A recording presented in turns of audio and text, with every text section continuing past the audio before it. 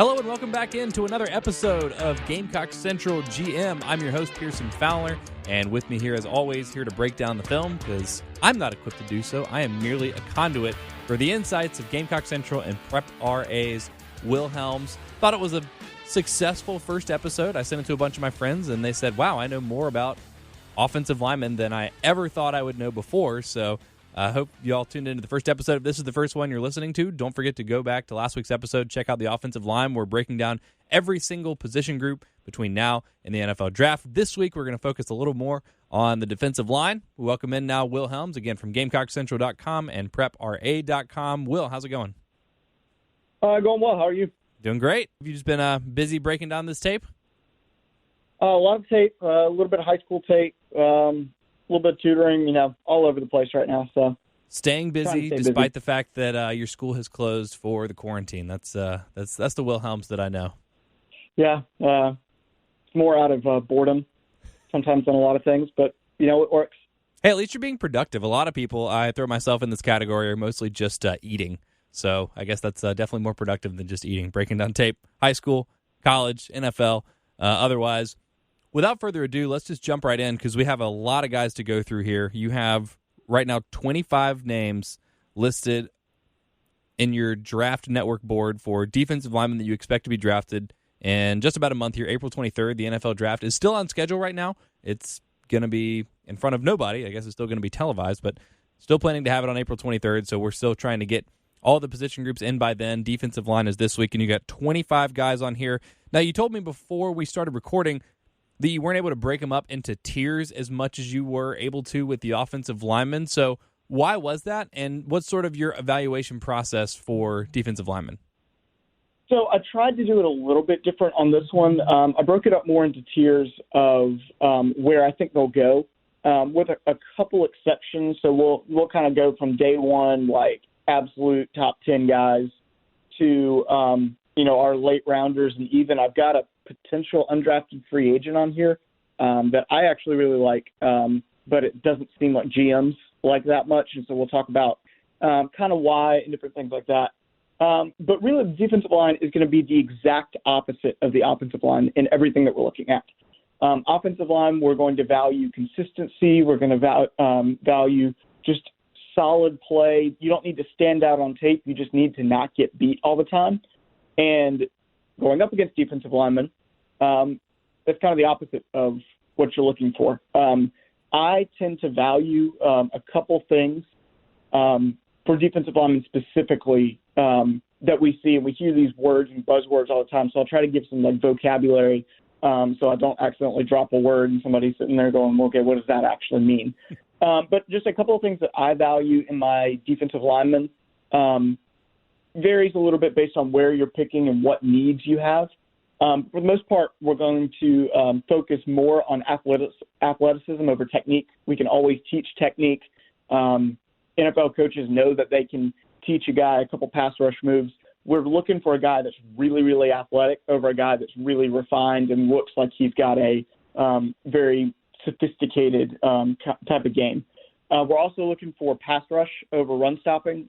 Teams just don't run it as much in the NFL. And there's data out there to suggest, on the analytics scale, there's data out there to suggest that it really does not matter what you do to stop the run or what you do to establish the run. It's just not that big a deal.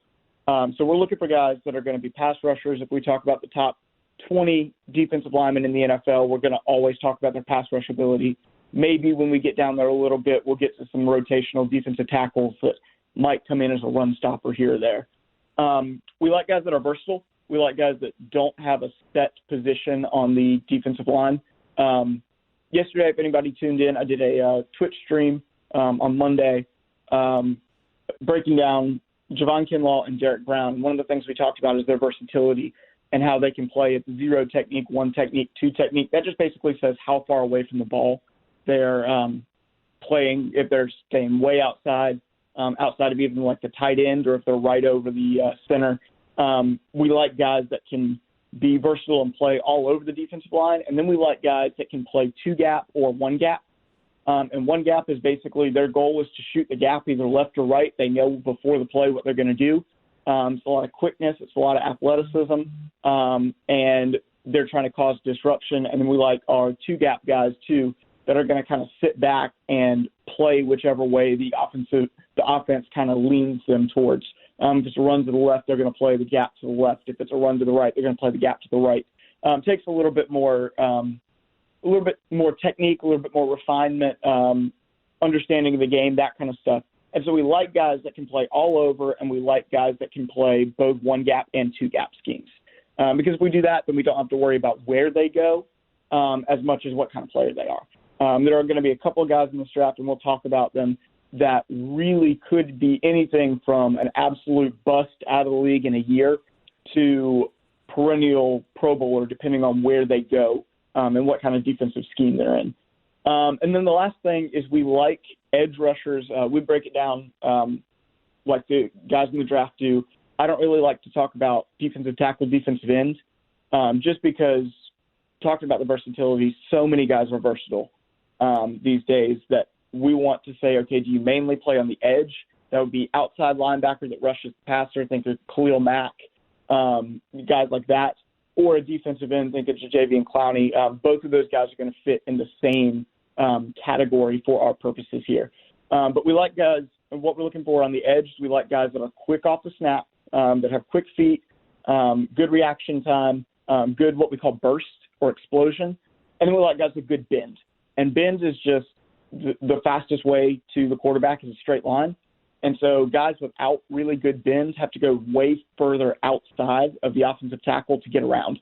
We like guys that can bend their body. They'll dip a shoulder. If they're on the left side, they'll dip their left shoulder, get under the offensive lineman and get around. And guys with really good bend tend to project better into the NFL than guys that are a little stiff on the outside. So those are some things that we're looking at. But when we're breaking these guys down into tiers, we're looking for kind of, what is a team looking for? In a defensive lineman, you really don't care if you draft a bust on the defensive line because he's usually going to be a rotational guy at worst. If you draft a bust on the offensive line, he's not going to help your team at all. He's only going to hurt your team, and that's just not what you want. On the defensive line, we have a little bit more tolerance for risk in picks because the difference between a bad and an average defensive lineman is not that much, but the difference between a good and an elite defensive lineman can be 3, 4, 5 wins in a season. So we have a little bit more tolerance for risk, which is a lot of how I ranked a lot of these guys. This isn't you tuned in last week. It's not really this is the best guy, this is the second best guy, this is the third best guy, but more of we're going to talk about the first guys in the first 2 rounds. Then we're going to talk about some guys that I think are a little bit underrated, and we'll talk about why I think they're a little bit underrated, and then maybe a guy or two that I think is a little bit overrated. But that's really what we want to talk about more than, okay, this is the guy I think is best, this is the guy I think is best. Because ultimately we don't know until they get drafted what kind of scheme they're going to be in or anything like that. So there's a lot to unpack there in terms of your methodology. I guess one of the places that I want to start, since that's where you left it in terms of the scheme dependence, does that mean that when you're making essentially your big board for defensive line, last week we talked about the difference between a big board and a mock draft and how what you do is typically closer to big board because you're just saying these are the guys that I like the best without necessarily thinking about the team. Do you have to consider team more with defensive line than any other position group? It just depends on the defensive lineman. We'll talk about there are 4 can't-miss prospects. Just absolutely can't miss. At worst are going to be starters for years. Beyond that, it does kind of depend on where does your defensive coordinator see you. We'll see some guys that are very positionless that don't really have a set place to be. And those guys can be a little bit tricky to project just because we don't know what a defensive coordinator is thinking. All it takes is one defensive coordinator has some brilliant idea. The example I always use, and this is not necessarily, I guess it is a little bit related, but J.J. Watt, I think a lot of people know, was a 2-star tight end going to Wisconsin. And you have this random defensive line coach that was like, hey, that guy that's not playing at all, I want him at defensive end, and the rest is history. Because he had a vision and a plan for where he saw J.J. Watt based on his athleticism, where he saw him playing. Defensive line seems to be one of the easiest positions to at least become competent at learning-wise if you've got the physical tools. It's, a lot of times you can really sit there and there's room for a guy, even in the NFL, of you're not very sophisticated in any of your movement or anything like that. You don't really know a lot of what you're doing, but you're fast and you're strong, so you can get to the quarterback every once in a while. So there's some guys with these athletic profiles that we know are probably going to be good, but it still depends on what the team sees. We've got big differences between a 4-3 and a 3-4 defense. So even though we call them the same positions of like defensive end, a 3-4 defensive end is way different than a 4-3 defensive end. And so we'll talk about that as we get to some individual guys and where I see them projecting. But we do have some guys like every year that are just, it doesn't matter where they play. They could play, we've got a couple guys that could play linebacker, that could play probably safety, and still be really, really good. In terms of the, flexibility, you go back to a guy like Clowney, or in just the difference between 3-4 and 4-3, he's a guy that could play, the outside linebacker or put your hand in the dirt in the 3-4, but you saw him thrive once he moved to Seattle this year and played in a more traditional 4-3 defense, and he was allowed to kind of match up his skill sets. So even though he can do both, I guess that's probably a good example that people listening to this would probably be familiar with in terms of maximizing a guy, even if he does have that sort of versatility. And with the versatility, obviously you mentioned that pass rushing is a lot more valuable than run stopping, just the way that the NFL game is played now. But last week you talked about how much more valuable offensive tackles are as opposed to interior defensive linemen. You highlighted versatility as sort of like the premium for defensive linemen, but even still, do you see a tendency towards true pass rushing defensive ends or true, I'm going to eat up a lot of blockers defensive tackles, or is it really just about, is your primary skill pass rushing or is your primary skill run stopping? I think it's more the latter, because we think the best pass rushing defensive lineman, in my opinion, and I don't think it's an unpopular opinion, is a defensive tackle in Aaron Donald. And I think I saw on PFF the other day, I don't have the exact numbers off the top of my head, but in the past 8 years, he's got like 40 more pressures than any other defensive lineman, which is just insane. We're talking basically once a game, he's getting the backfield. We were watching, I was watching last night, ESPN's running reruns on a lot of things, and they ran a rerun of that super high-scoring Rams Chiefs game. Yeah, the Monday Night Football from a couple years ago. Yeah, and it's this offense heavy. It was like 45-41 or something like that final score, but the difference maker was Aaron Donald. And, even if the Chiefs are moving down the field every single time, he had 2 plays where he just completely shut them down. And if you get a guy like that, really, we talk about pass rush win rate a little bit, which just basically says one-on-one, what percentage of the time do you beat your man? And for offensive linemen, we're hoping that we have a pass block win rate in the high 80s, low 90s minimum.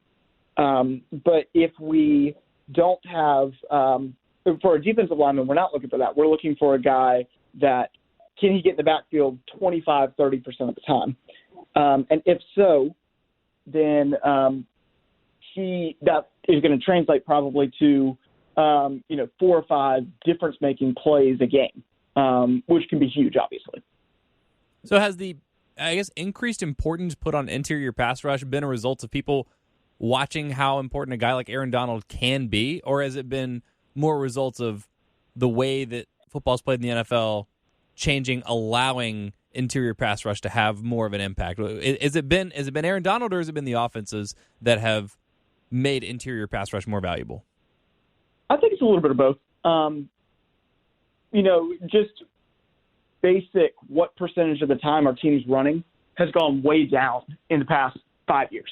Teams are passing the ball more. But, even back in as early as 2003, 2004, you talk about the best quarterbacks in the NFL. What's the best way to stop a good quarterback? And it's interior pressure. That's always been Tom Brady's weakness. And Tom Brady doesn't really have a weakness, but if he did, it would be you put pressure right in his face.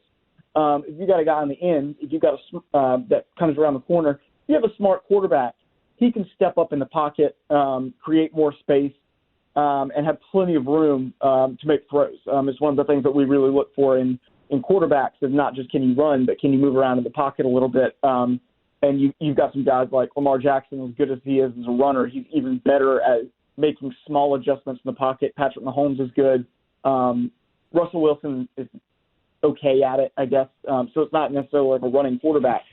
But you can step up in the pocket and have plenty of room to throw.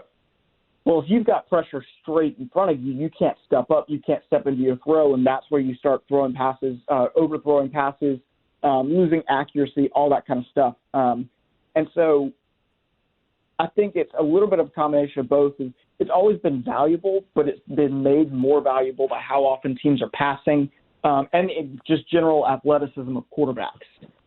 It used to be that if you are a regular normal defensive end, 4-3, 3-4, 3-4 defensive ends are usually less athletic.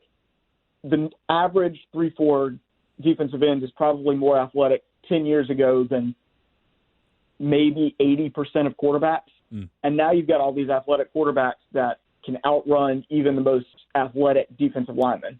So you need pressure in the face. And so it's allowing guys like Aaron Donald to step up and make a big difference. J.J. Watt plays inside a lot, even though he's listed as defensive end.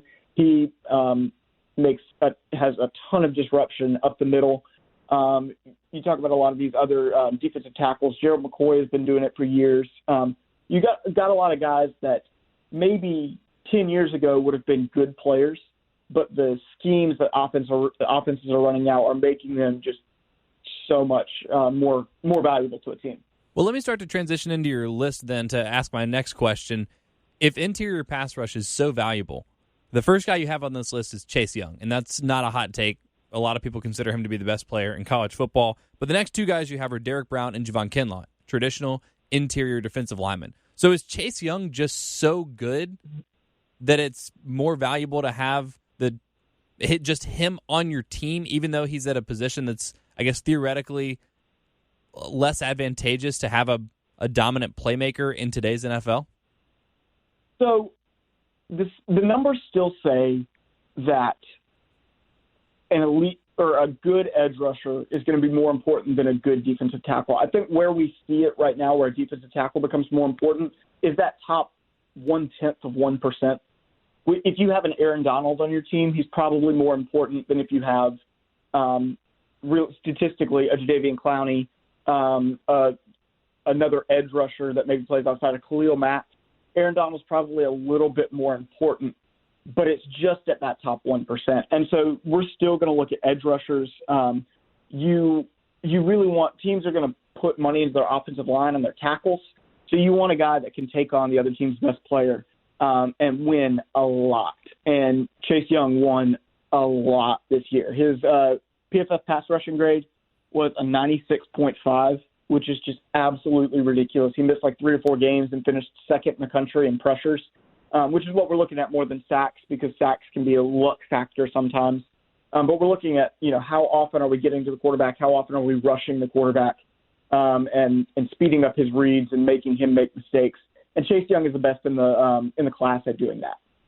The other thing that you have to look at with defensive ends, just stereotypically, edge rushers are going to be on the field more often, usually smaller body sizes, usually just a little bit more in shape. There are exceptions. We'll talk about Javon Kinlaw in a second, who is an exception to that.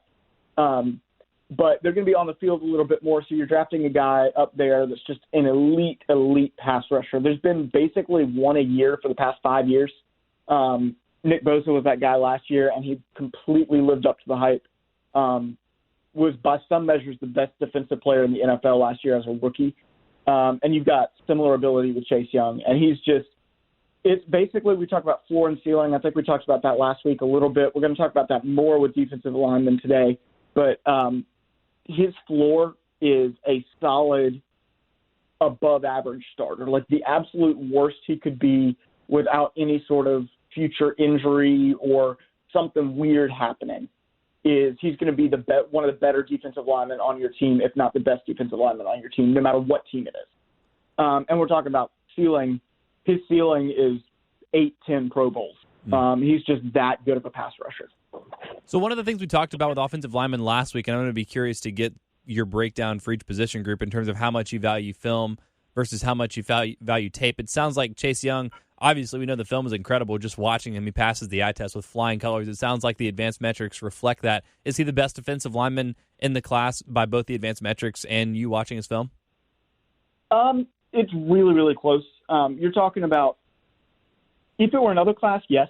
If the top 4 guys of this class would probably be the number 1, number 2 worst last year, and we're talking about Nick Bosa. You throw Nick Bosa out of the equation, you've got usually one guy a year that you can look at and go, that guy's a stud. He's absolutely going to dominate in the NFL. And you've got 4 guys this year that I have that kind of grade on. That kind of can't miss your, we talked about first round success rate last week being just a little bit above 50%. These guys are way above 50% success rate. If you draft one of these first 4 guys, you will be happy about it.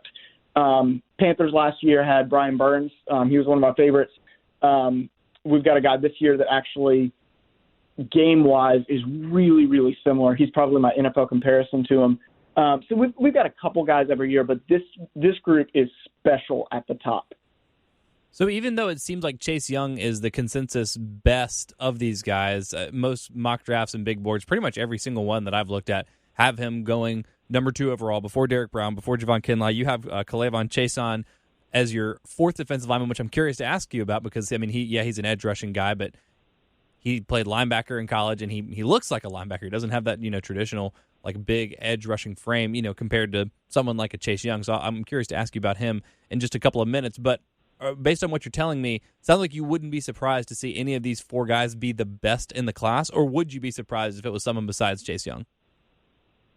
I would probably be a little bit surprised. But when we're talking best in the class at this point, it's like arguing Patrick Mahomes or Deshaun Watson. Maybe by some of the metrics, we're going to say that Patrick Mahomes is a little bit better of a quarterback. He's got a way better coaching staff and a way better supporting cast, all that kind of stuff. But we're really, when we're arguing this, it's like we don't want to argue at this point, okay, which of these guys is better if they're all perennial Pro Bowlers. What's the point of arguing Peyton Manning versus Tom Brady? And these guys all 4 of these guys have the ability to be, top 6 to 8 defensive linemen in football for 10 years to come. That's just unreal in a class. And so, we've talked about this draft class is really good at certain positions, and defensive line is probably one of the best, especially up at the top. And you mentioned the high variance. It sounds like all these guys have that high floor and high ceiling that you were talking about, but what are indicators that you've seen that someone might have a low floor and a high ceiling as opposed to a high floor and a high ceiling, or a low floor and a low ceiling? Are there any tips? Is it mostly like work ethic, things you have to worry about off the field, or is there something in the games of some of these guys, maybe outside of the top 4, that while they might have a high ceiling, have a higher bust potential than Chaisson, Kinlaw, Brown, and Young? So I'll use, and this is not that he has a low floor, but he's got the lowest floor of the 4, and that would be Javon Kinlaw. Just because he's not very developed as a pass rusher. Maybe Chaisson maybe has a little bit lower of a floor than Kinlaw in my mind. What we're looking at Kinlaw is just freakishly athletic, but if you look at his film, he's still really raw. He said at the Senior Bowl that his senior year was the first time he ever worked on any sort of pass rushing move other than I'm stronger than you, I'm going to push you away. If you have there are really bad coaches in the NFL they just get recycled through. They're just not very good. If you end up with a guy that's going to look at Javon Kinlaw and say, yeah, you're good as you are, go play, whatever, you might see Javon Kinlaw not take that next step from good to elite. We're looking at, this is where kind of the production versus the film goes in. Guys rarely have both. You've got 3 guys that have both, and that's Kinlaw, Young, and Brown. But then you've got thing that makes Caleb and Chaisson a little bit different would be that he doesn't have the production that these guys have. He is freakishly athletic. Is going to test. He tests like crazy.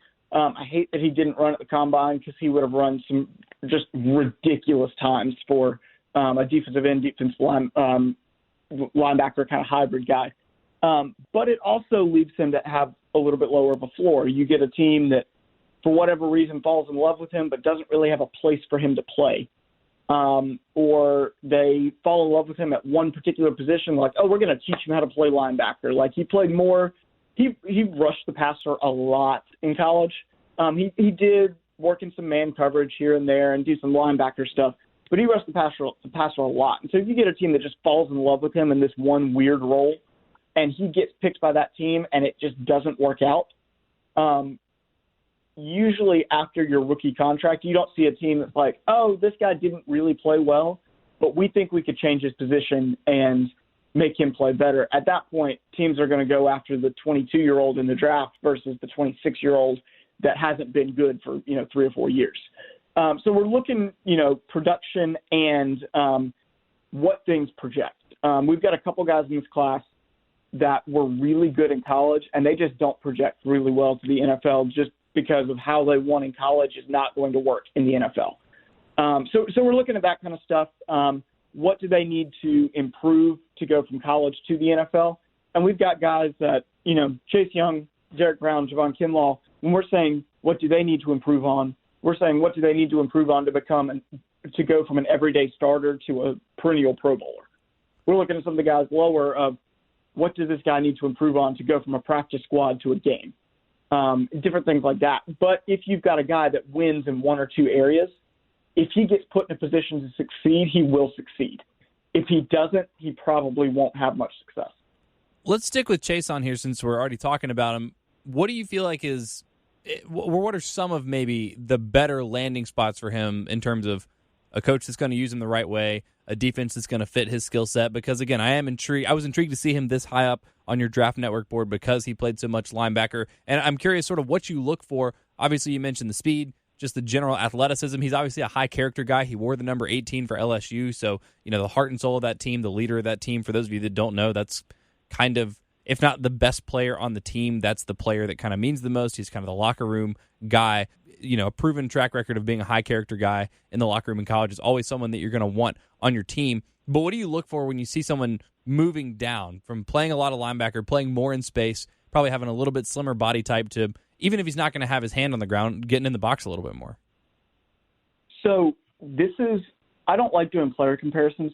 I know a lot of people do. One, it's difficult. I don't watch. You have to watch hours and hours and hours of NFL film to be able to come up with one comparison for a guy sometimes. But this comparison is just too easy. Again, Panthers fan. Brian Burns last year. Same concerns, he wins at the same places. If we can make a chart of this is where he ranks explosiveness-wise, this is where he ranks with the bend around the corner, this is where he ranks against the run, this is where he ranks just a pure pass rusher. And you overlaid that, Burns and Chason's, they would look identical. They're just about the same exact size. Let me look here. Yeah, they are the exact same size. They're both 6'5", 250. They both played mostly linebacker, but rushed the passer a lot in the NFL. What you're looking for with Chasen is can he learn? Can he learn a scheme?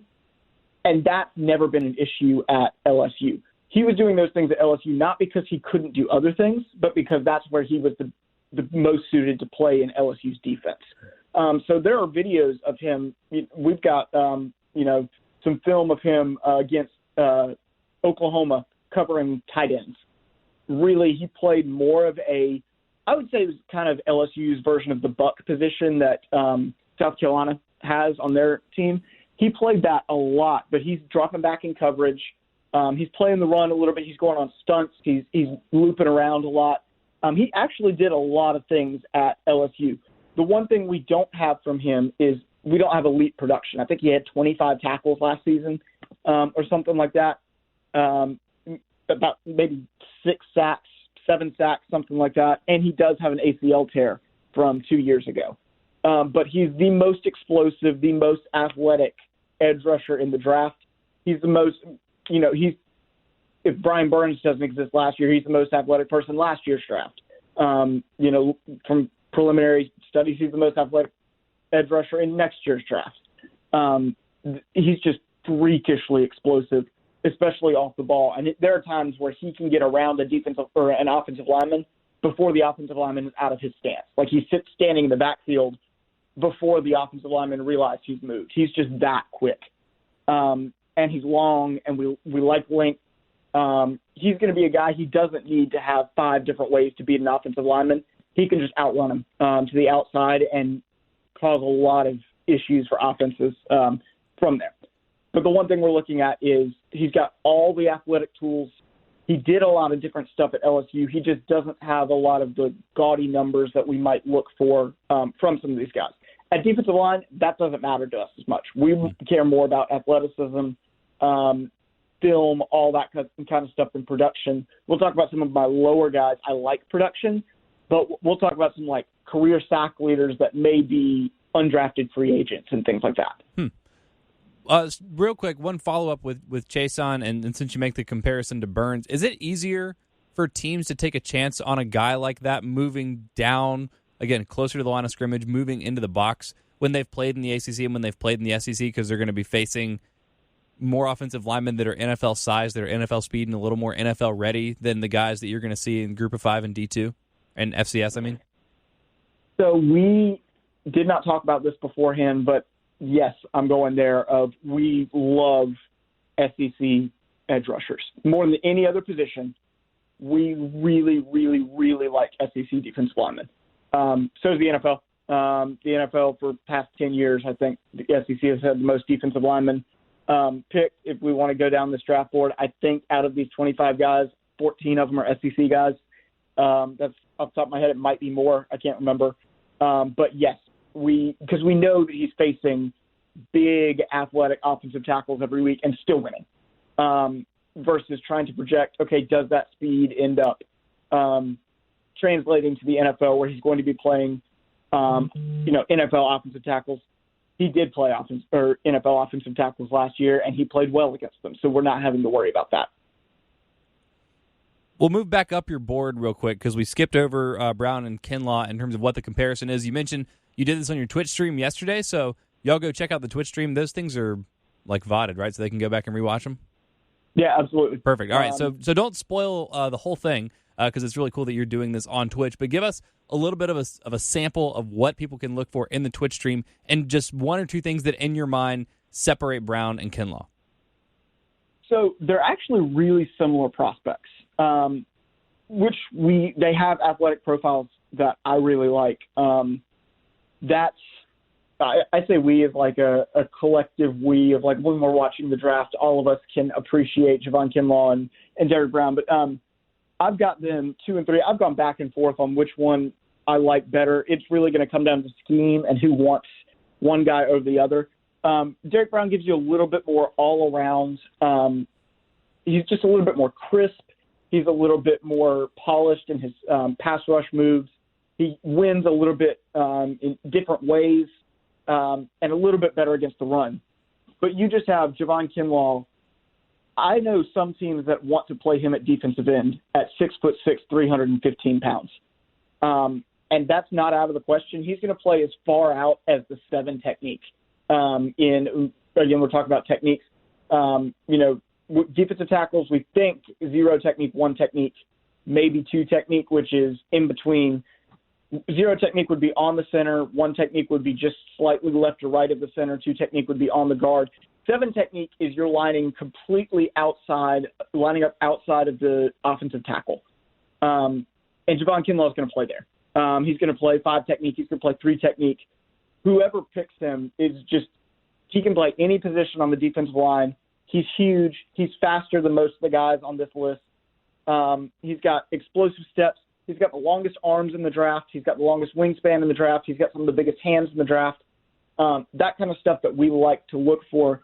One of the things that I broke down in Kinlaw's film is he's got to get more polished in his pass rush sets. He needs to pick up a couple more moves. You don't see him really doing a lot of swim moves, a lot of rips, a lot of moving guys out of the way like you do Derek Brown. Derek Brown has a really good what we call pass rush counter. Okay, your first idea didn't work. The offensive lineman stopped you. What are you going to do? There's a play against Alabama where he tries to bull rush and he gets stood up by a really good offensive lineman. And so he just takes him and throws him down because the offensive lineman started leaning forward a little bit, and Derek Brown recognized that and threw him down. And so it was this kind of like he was going forward, realized that didn't work, changed his mind halfway through the play, threw him down, and made a tackle. You're not going to see a lot of that from Javon Kinlaw, but you're also not going to see – I went through and I just made sure I tried to find it.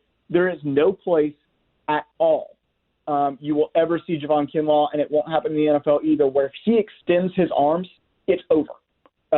If he gets his arms extended, he is making the tackle, he is causing disruption, and that's where you saw like he took Alabama offensive lineman, and just I believe he blew back to center at one point on a play and made a sack early in the Alabama game where he just gets his arms extended and pushes the offensive lineman around like he's my size.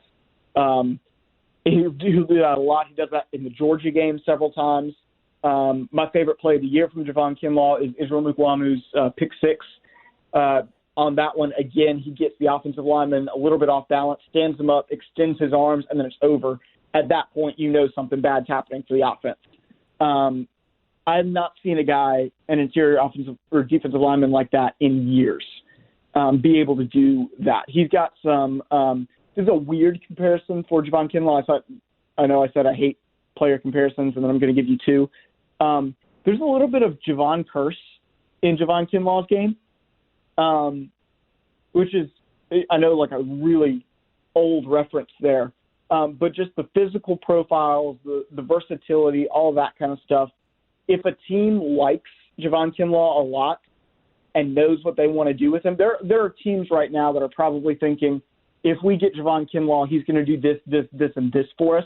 That's where Kinlaw needs to end up versus falling and some guy going, well, you know, he's a pretty good defensive lineman. We'll take him.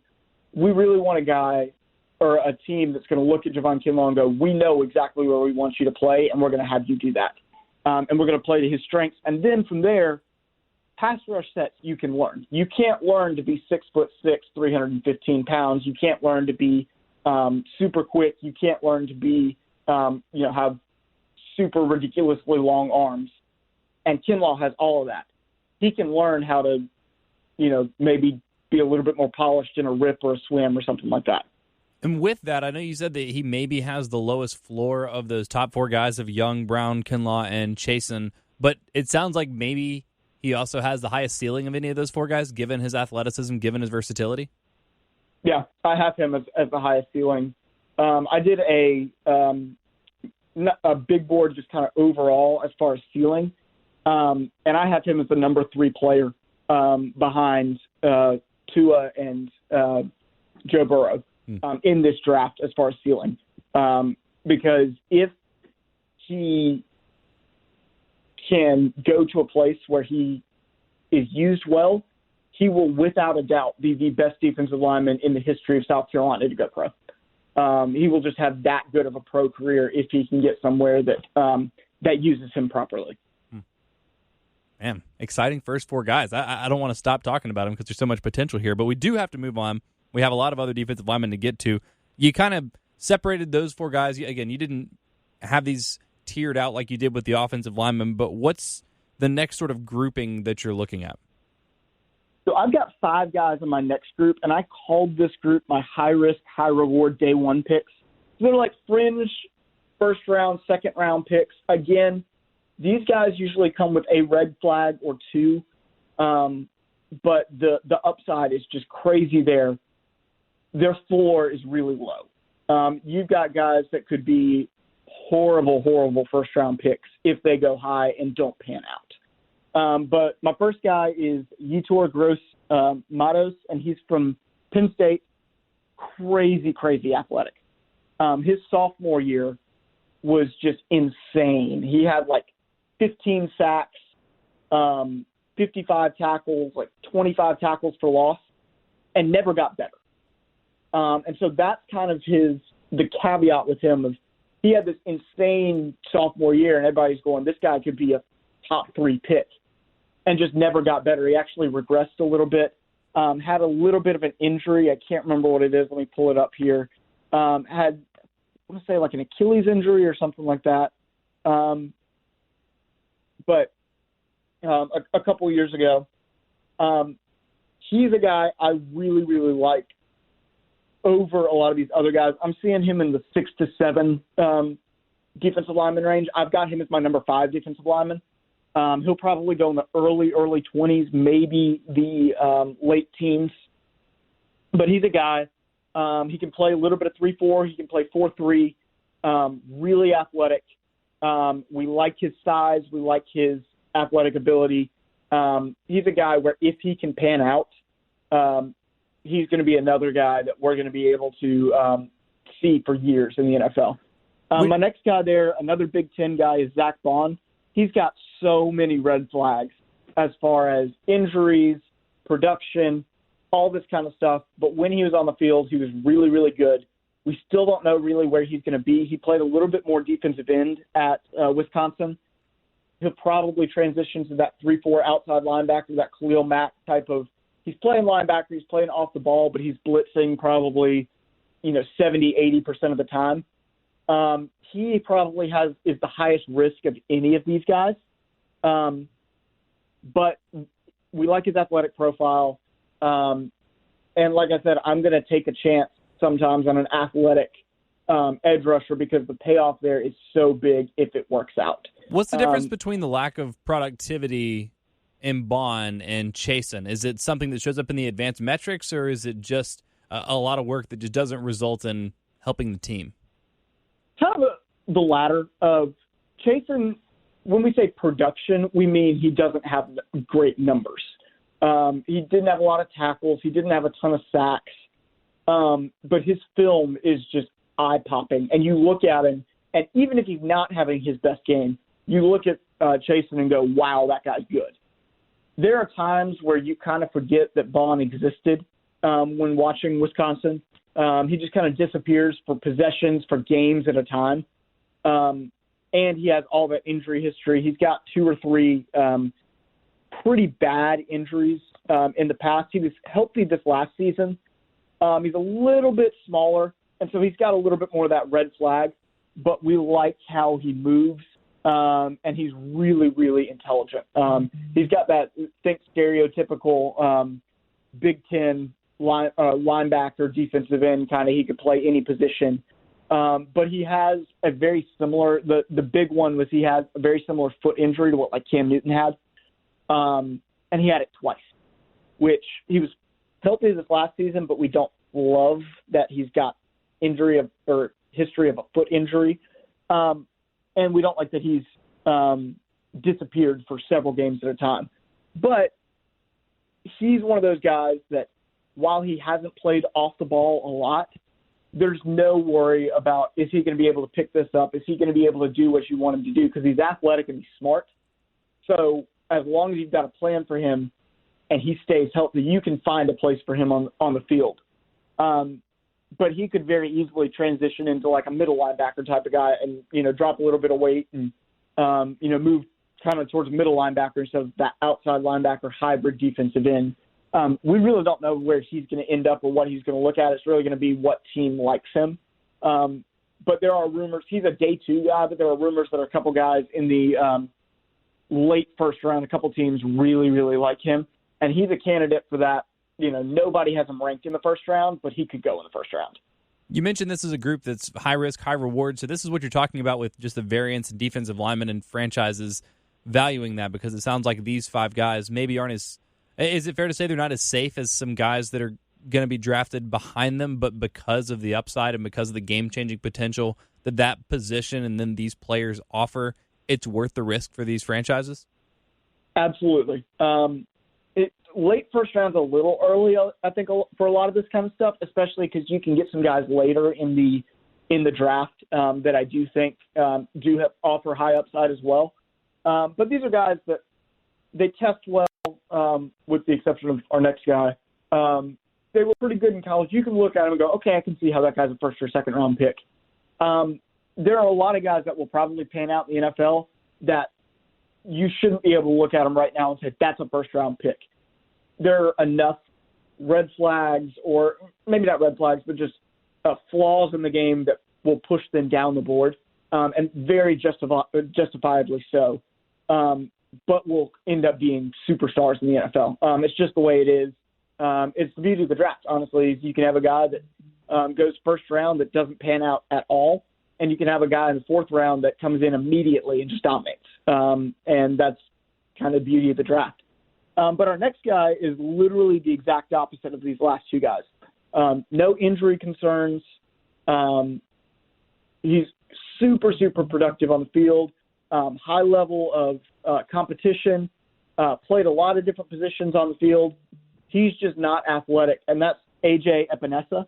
He was a mid to early first-round pick. Like, some guys had him in the top 15, and then he got to the combine, and he weighed in about 15 pounds heavier than what he should have. He ran a really bad 40. His shuttle time was bad. Basically anything that would mark quickness was bad.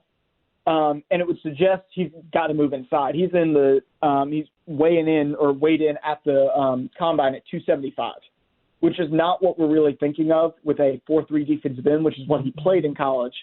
But he's going to have to change positions because you're talking about him playing the same position as Jadeveon Clowney, and that just doesn't work. He's going to have to move inside either to a 3-4 defensive end, kind of more of a space eater, can get to the passer every once in a while, but really is trying to open up some space for the linebackers behind him, or even moving down to a 4-3 defensive tackle kind of guy, 3 technique, 5 technique, same position that Javon Kinlaw and Derek Brown play, and I just don't see the upside that I would see in Javon Kinlaw or Derek Brown.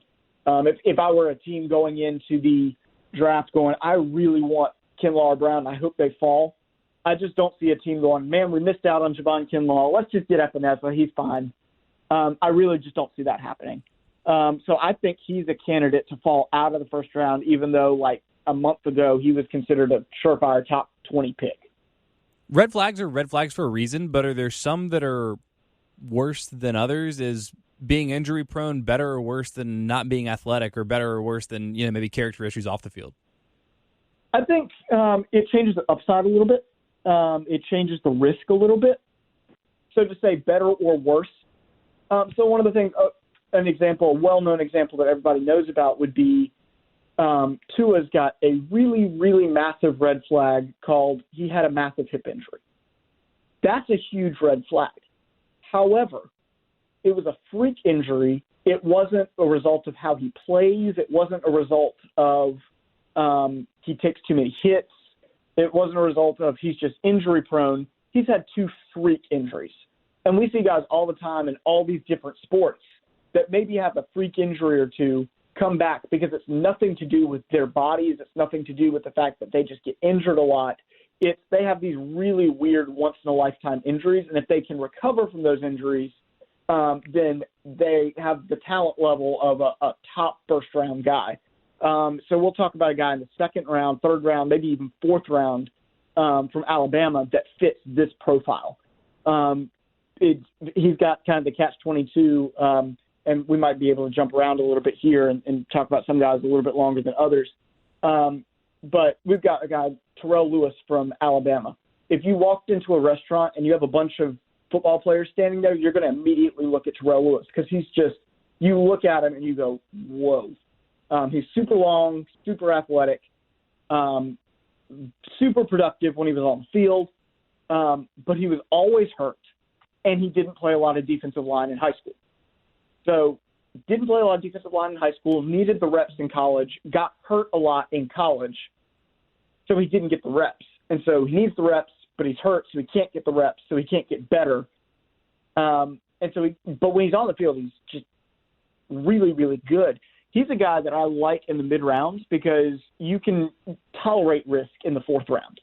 If you have a chance to get a guy that really could be a first or second round talent in the fourth round and he doesn't pan out, okay, that's fine because that one time that he does pan out, you end up with a perennial Pro Bowler. And that's what you want. And so a lot of these red flags we talk about, I try to differentiate between flaws in the game and red flags. Red flags would be, we would pick him, but this thing is almost a deal breaker.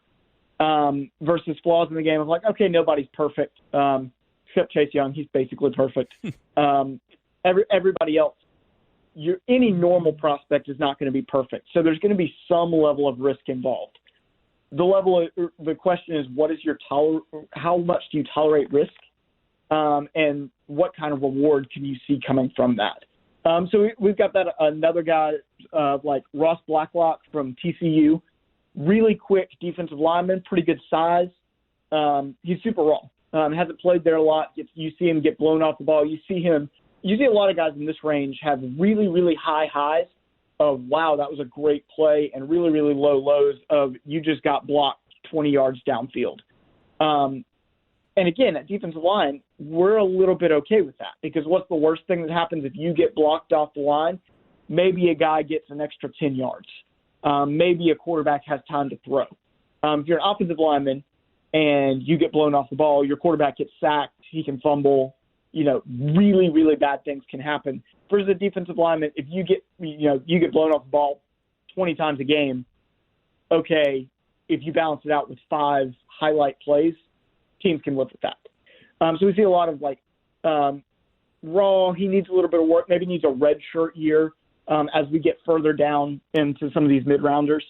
And then, you've just got a very similar guy, different position, but similar guy to Blacklock, kind of in my last of these guys, which would be Julian Okwara from Notre Dame. Good pass rusher. He's limited by scheme. He's really only going to be a 3-4 linebacker, and he's not really strong. We call it functional strength. He went to the combine, and I think he had a pretty decent bench press number. You just don't see that on film. And so when we talk about functional strength, he doesn't really know how to use his strength, meaning it's probably there somewhere. He just needs somebody to teach him, this is how you use that strength that you have to be able to stand up to offensive linemen. So we've got, he's another guy that can be a pretty good pass rusher, but it's probably going to need some work. And that's kind of my high risk, high reward, day 1, fringe day 2 picks. You're going to see some of these guys go in the first round, and you're going to hear analysts talk about how they may be overdrafted, and it's a risky pick. But 5 years from now, we could look back and say, that was a really good pick. That was solid. So that group again, 5 through 9 on your Draft Network big board. Gross Matos from Penn State, Bond from Wisconsin, Epinesa from Iowa, Blacklock from TCU, and Okwara from Notre Dame. You mentioned Terrell Lewis. He's a guy you have him 14th on your board, a couple guys ahead of him. But it sounds like these next guys are a combination of day 2, day 3, similar high variance where you have a lot of upside, but because of either lack of productivity, because of injuries, because of different things, they've fallen down your board a little bit. I know you have to go soon, so we won't get to talk about the rest of these 16 guys extensively. You already touched on Terrell Lewis. If you want to jump around to some other guys that you feel like caught your attention, maybe you're going to fall a little bit lower than they should, or maybe someone that everybody's looking at as a surefire day 2 guy that maybe you think doesn't deserve to be picked until day 3. So a lot of these guys, I like a lot of these mid-rounders. They have a very common theme that we've already touched on a little bit. I more took these as, these are guys I really think could play above their round potential. And they're guys that you may have a grade on. Teams are going to grade their boards. They may have a first or second round grade on some of these guys, but aren't going to pick them in the first and second round because other teams aren't going to pick them in the first or second round. So we've got guys like Justin Mutabuke from A&M. It was not Javon Kinlaw. It was not Derek Brown, but it was Justin Mutabuke with the most pressures of any SEC defensive tackle last year. His film, pretty good, but the numbers don't lie. And even if he's not wowing you on film, he's getting to the quarterback consistently, and there's something to be said about that, especially on day 2 of the draft, even maybe day 3 if he falls. He probably won't fall. He's a second-round guy probably, but we like him. We like him with production. Another SEC defensive tackle, we've got Jordan Elliott. It was not Javon Kinlaw. It was not Derek Brown. It was not Justin Mutabuke with the highest SEC pass rush grade among defensive tackles. It was Jordan Elliott from Mizzou. He's solid. He's not going to wow you on tape. especially defensive line, you want guys that are going to wow you on tape. But there's something to be said about guys that are just going to be really solid. And if they were good in college, they're probably going to be good in the pros if they had that competition level. So we've got another, we've got those two SEC defensive linemen. We've got Raekwon Davis from Alabama, another SEC defensive tackle. He was a 5-star recruit, number like two or three defensive linemen in the country his year, and just really never hit his potential. Similar to a couple of these other guys, similar to Gross Matos, he hit his high sophomore year and was just never – and now that sophomore year Bama defensive line was insanely good, which has a lot to do with it. But he never really dominated like some of the Bama defensive tackles before him.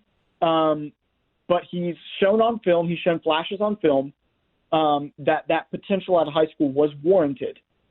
And he's still got that potential. You don't lose potential just magically. And he's still got the athleticism. He's still got the potential he showed in high school.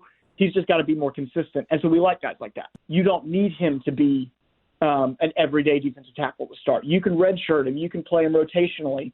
And we like things like that. Another SEC guy, we've got Jabari Zuniga, super inconsistent. His film is all over the place. He goes from he was terrible against Georgia. He was awful against Auburn. I think it was Auburn or LSU, one of the two. He was really, really bad. Miami, Jabari Zuniga against Miami was the best single game outside of Javon Kinlaw against Georgia, probably, of any defensive lineman in this class. He was just all over the place. Got hurt, which ended his really good senior year early. He's a guy we really like. He doesn't have anything when he's playing well, he's a pass rush nightmare. He's not very bendy. He doesn't have that kind of really nice balance and bend around the edge that we like. He's not prototypical size. He's a little short, a little stockier, doesn't have a super, super high athleticism scale. But there are times on film when you look at him and go, he's the best player in the country, which, if you can hit that consistently, that's something you want. We talked a little bit about Terrell Lewis. He was raw, always hurt, not a good combination, but it leads you to believe that if he's not hurt, he can really, really play well with some more of those reps. So he's a guy, he might get a red shirt year, really long, athletic, can get guys kind of like Javon Kinlaw and spread out. He had the second longest arms in the combine. So we like him. And then a local guy, I guess for me, Alex Highsmith from Charlotte. Profile's a little bit like Chasen, but without the film, without the competition level. He didn't play great against Clemson on film, but after the game, you have two Clemson offensive linemen talking about how he was actually the best defensive lineman they'd faced all season, and that he's really quick. He can get around the edge. He's really bendy. He's got your two explosion and bend around the edge. We like that. He probably needs a red shirt year. He was a former walk-on, so he's probably going to have to take a year to ease into the NFL. But he's a guy I really, really like, is that kind of like round 4, round 5 sleeper. And a lot of mock drafts I'm doing for the Panthers, I like him a lot to the Panthers. And for what it's worth, he's the first guy that you have here on your big board that did not play at a Power 5 school. You've got Ohio State, Auburn, South Carolina, LSU, Penn State, Wisconsin, Iowa, TCU, Notre Dame, Texas A&M, Missouri, Alabama, Florida, Alabama, and then Charlotte. Yes. That won't happen for every position at defensive line. I just really kind of like sticking to the Power 5 guys. There's lower risk. Now, granted, you can come up with some of these guys. I'm trying to think. Was it Khalil Mack that went to Buffalo? You got a couple guys in the NFL that went to these smaller schools and really, really, Khalil Mack at Buffalo. You got some of these guys that went to smaller schools and really panned out in the NFL. But they had a little bit more of the athletic profile. Khalil Mack was a top 5 pick. So you knew coming out, he dominated all the Senior Bowl stuff, or the Senior Bowl, All-Star games, all that kind of stuff. So we really like some of these guys. If you're fast enough and you can get around the edge and you can rush the passer, there's some things that don't change depending on whatever level you're at. But I feel a little bit more comfortable taking for example, small school receiver than I do a small school defensive end. A lot of that goes back to recruiting. Most of the time, you've got a lot of receivers that are under-recruited and just grow a little bit, get a little bit faster, get better with the ball in their hands, and become really good in college at smaller schools.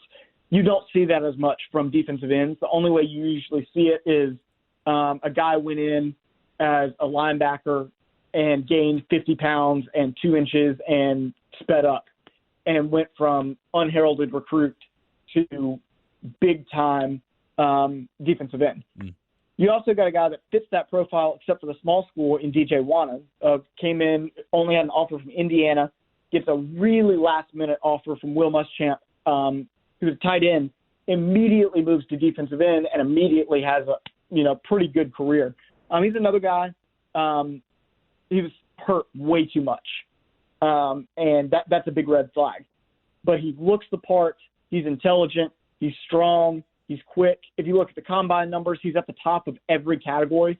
I think he's top 5 of shuttle and 40. And for like hybrid defensive end linebackers, he's top 5 for bench press and all this kind of stuff. Crazy athletic, and he's got all the upside in the world. We saw that at South Carolina when he's healthy. So if he can stay healthy, he's a day 3 guy that teams are really going to like. I was surprised to see him as high as 17 on your list, but obviously we've seen the athleticism, we've seen the explosiveness, and when he's healthy, when he's on, he can really take over a game. Do you see him, and I know it's going to depend on what teams are drafting and what scheme they're playing, but in terms of best possible potential fit for Wanham, do you see him being still a hand in the dirt kind of guy? He played the buck for Carolina, so he was theoretically kind of a linebacker, played in space, but I think like 70-80% of the snaps he played at Carolina, he had his hand in the dirt anyway. So do you expect him to be a D-end or more of an outside linebacker pass rusher type in the NFL? Yes. There are a lot of teams right now that are moving kind of towards that, or getting away from we're a 3-4 team, we're a 4-3 team. I think the Vikings, the 49ers, the Cowboys, Panthers, Falcons, Saints are kind of getting there. They're still a little bit more 4-3.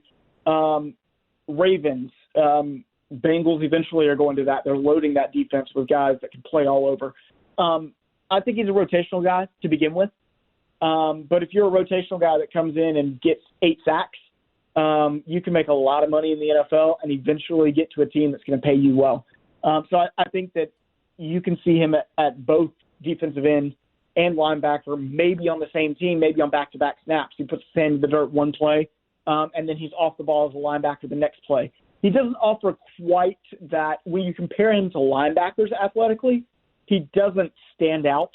When you compare him to defensive ends athletically, he stands out.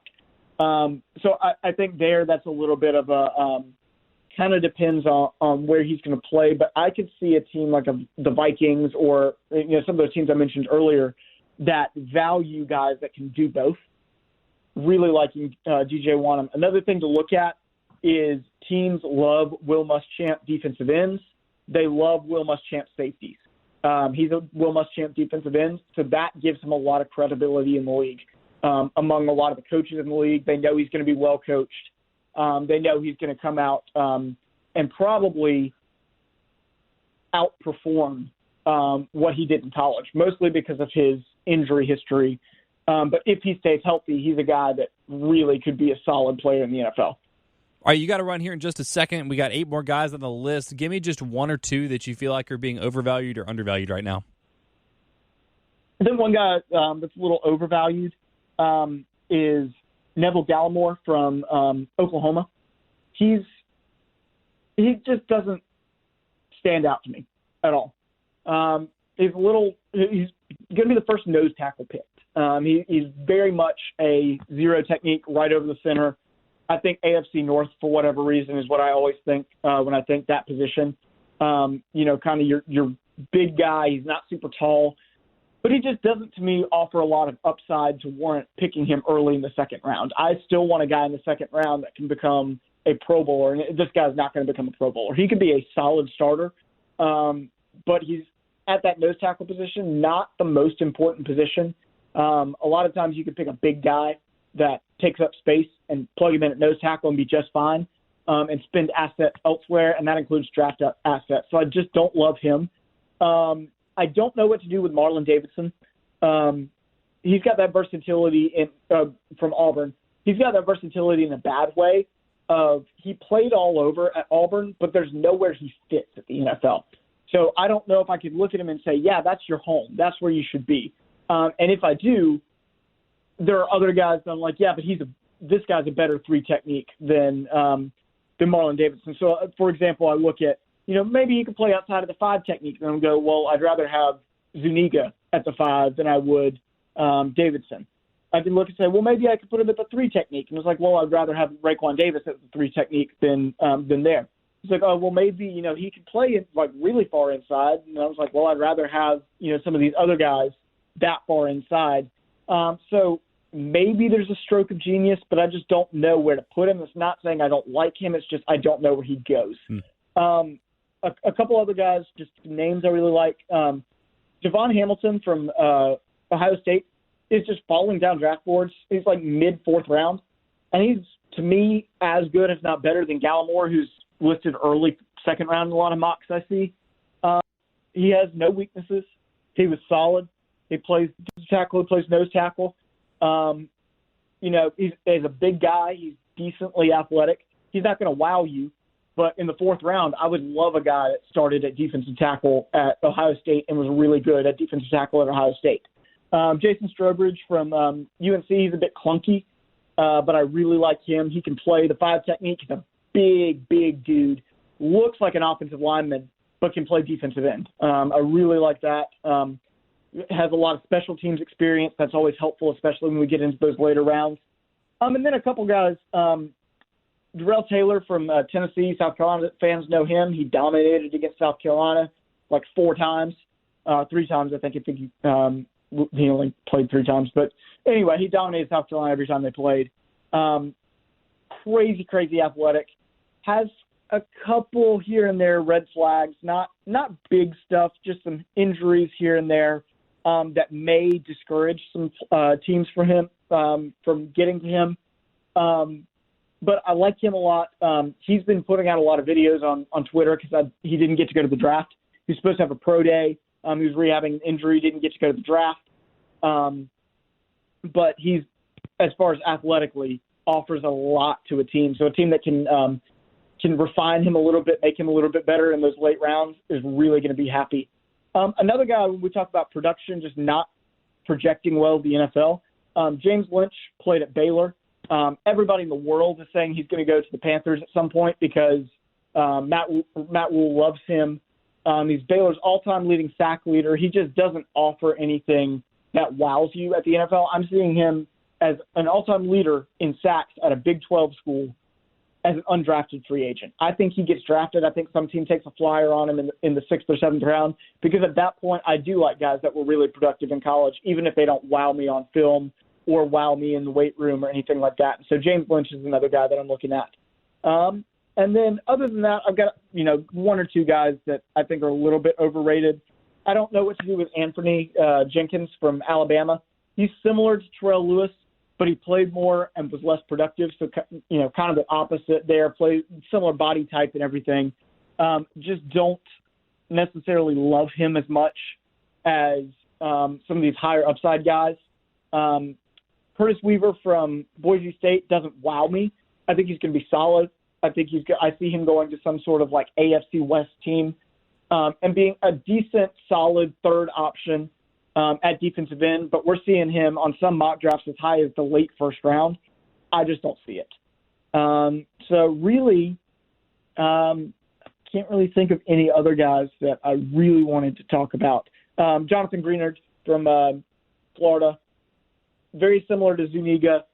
Probably a little bit better in college. Don't think he'll be as good as in the NFL. But we like SEC defensive ends. So if you like guys that were productive in college and played at a high level, that would be a lot of these SEC defensive ends. So day 2 is just going to be loaded with SEC defensive linemen in this draft.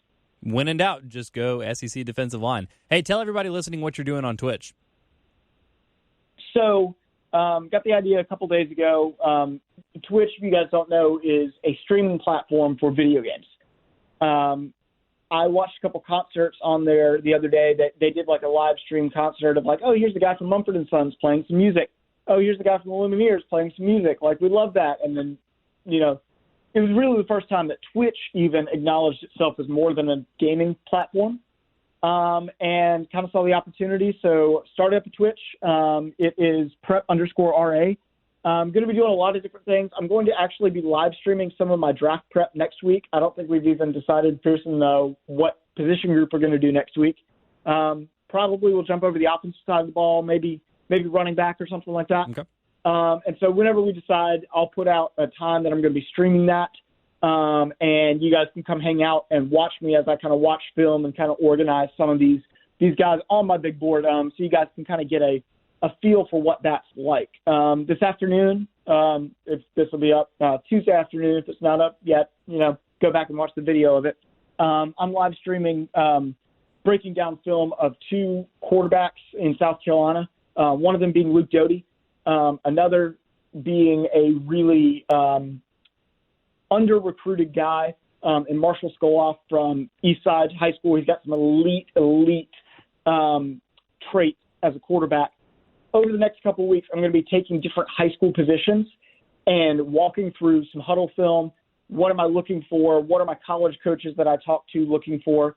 So if you are interested in any of that, like behind-the-scenes recruiting stuff, less so of the where's this guy going and more so of what are we looking for, what are we scouting for, I'll be doing a lot of that over the next few weeks. Or if you're a high school athlete and would like to know what you need to do to make your film look better, we're going to be talking a little bit about that over the next few days. But I'm trying to stream at least 4 or 5 times a week.